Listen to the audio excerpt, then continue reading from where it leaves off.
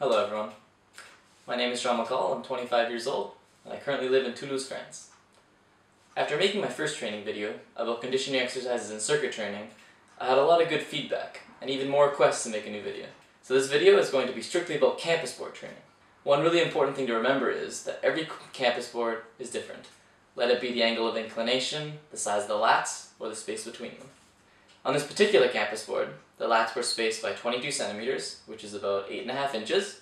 So based on how many rungs I'm campusing, you can multiply it by that particular coefficient and find out how far I've campused. I just wanted to point this out so that you can remember that this is all relative to the training facility you're at. When I do these exercises, I try to do every exercise for 30 seconds and then rest for 90 seconds. It's really easy if you just set a 2-minute timer and go every 2 minutes. I try to do all these exercises to failure, and the ones that I feel I'm weaker at, or I need more help, I do them twice.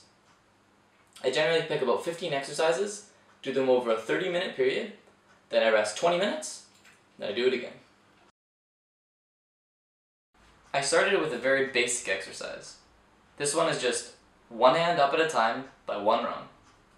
I always match the top and bottom rungs and switch hands. I also try to only go up and down twice. If I can go up and down twice, you're supposed to add extra weight. I find a great way to make it a bit harder is to keep your body as motionless as possible, thus using absolutely no momentum.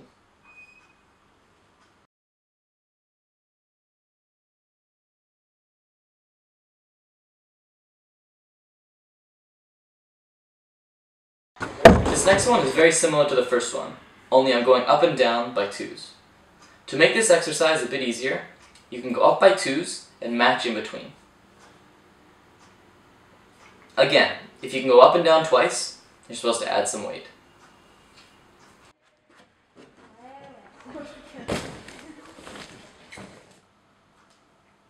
This one is to work on explosive power, generated by your legs and hips. I'm campusing from one rung as high as I can in one fell swoop. You'll also notice that I alternate between left and right hands going up. This is to work on alternating the rotation in the hips while generating the momentum. As soon as you feel like you can't hit that top one, just go to the one below it, and do it another couple of times. When it gets too hard to go to that one, then you go to the one below.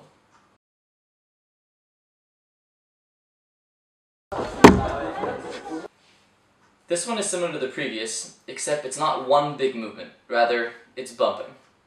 I start with my left arm high and keep bumping until I can't bump any further. I then go up and down between that max rung and the one below. Sometimes, to throw in a curve, I go down 2 rungs and then back up.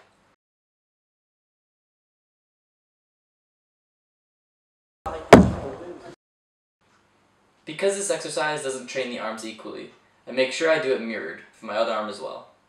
So for this one, my right arm is high, my left arm is low.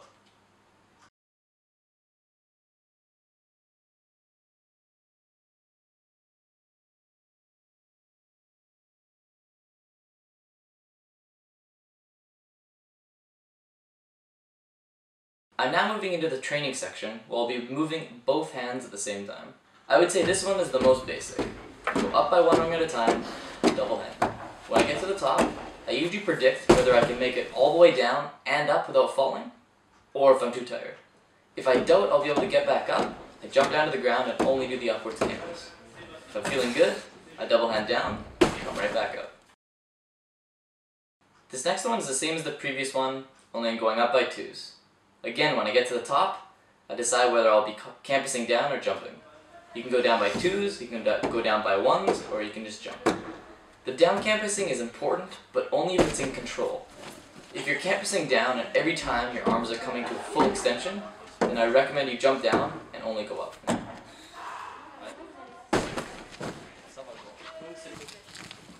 This next one takes a bit more coordination, and will be on the harder end of things. I space my hands by 2 lats, and just go up 1 at the same time. It's a bit more difficult, because you have to track both of your hands at the same time. When I get to the top, again I made the decision whether I'll be campusing down or jumping.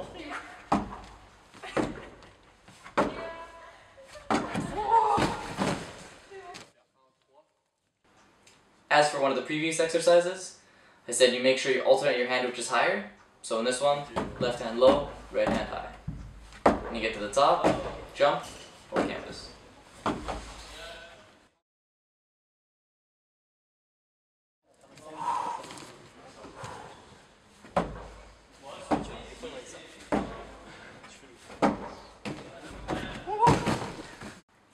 This last exercise is one I personally made up, and I find it kind of funny. I wanted an exercise that worked on dexterity without having to move your body in an upward motion.